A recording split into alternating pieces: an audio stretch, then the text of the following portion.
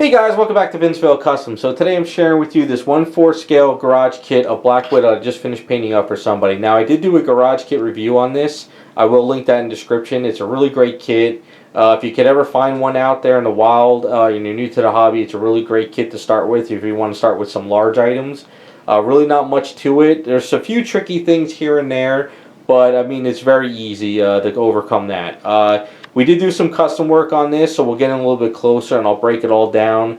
But it's a really great kit. I remember back in the day I thought about picking this up when I first saw it, but then I passed because I had too much going on.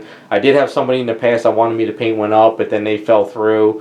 And then I remember last year or so, or a year or two ago, a friend of mine was selling off a lot of his stuff. He had one. I thought about picking it up, but then I was like, I got too much other stuff. So at least I finally got to paint one up. So we'll get a little bit closer. We'll break down all the custom work and just pretty much show you how everything worked.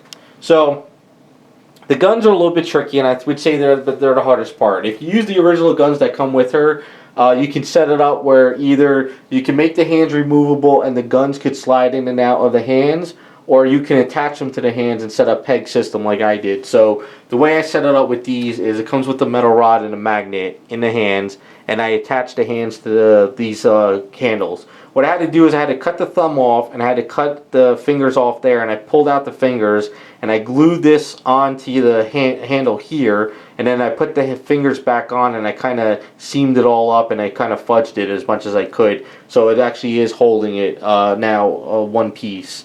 So that was pretty much like the trickiest part, I would say. I had to do it with this one as well.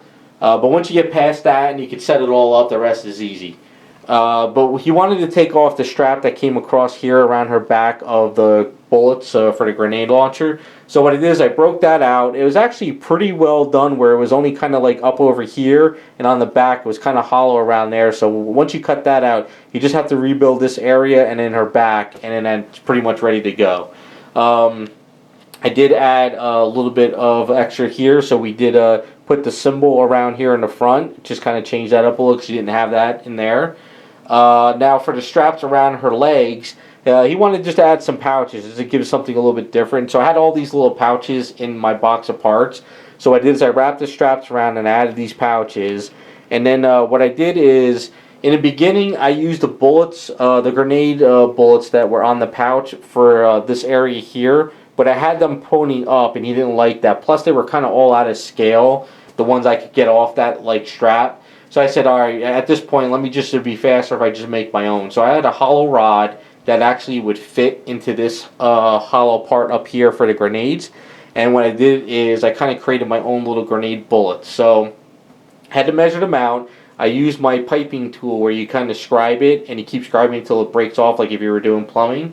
And then once I did that, I kind of filled out the top of them, and then I pointed them down. But I also filled out the areas there with like round grenade bullet type look to them. So the idea I got was, if you ever played Resident Evil with Claire, she had the grenade launcher, which was like the acid rounds, the fire rounds, and I forget the other rounds, but they were different colors. So I said, you know what, we could do the same, but I didn't want to make them like bright red, bright blue, or green to take away from the figure up there. So I just did a gray one, a pouch, two orange ones, and then like some brown ones. So you figure if she is using those as a grenades, like, there's fire rounds, a smoke round, and then maybe just an explosive round. I don't know. Just kind of changing up and having some fun.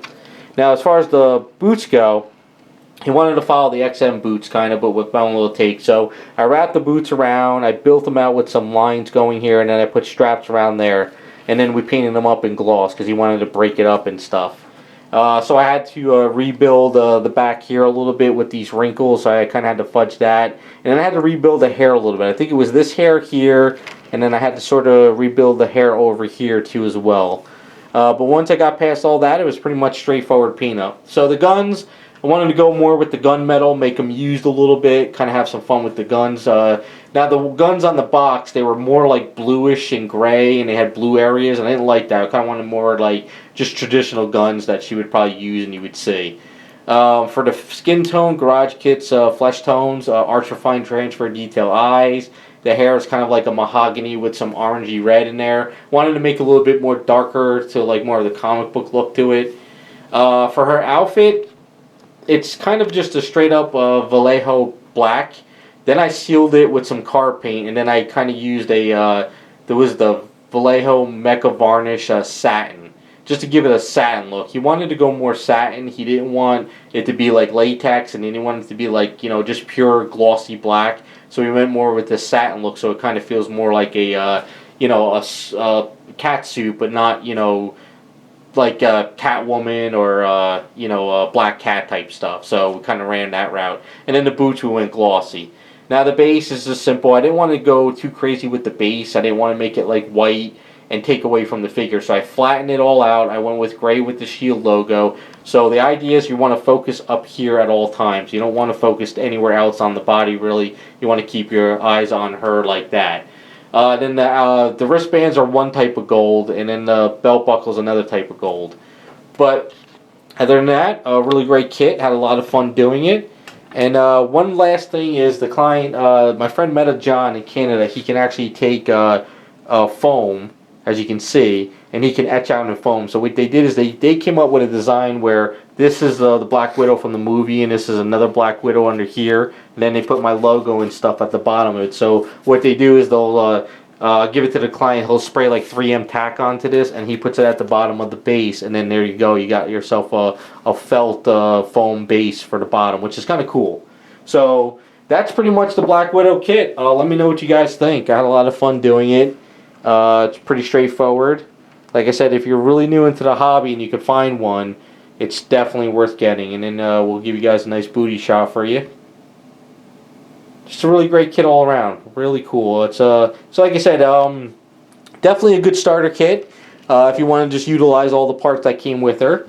If you want to take it to the next level, you can find yourself your own guns. You could give her different weapons. You could do all kinds of different stuff for Black Widow. Just if you got like a really crazy sniper rifle, you could give her that too, or other stuff. So there you go. That is the 1/4 scale Black Widow. Thanks for watching, and we'll be back with some more videos.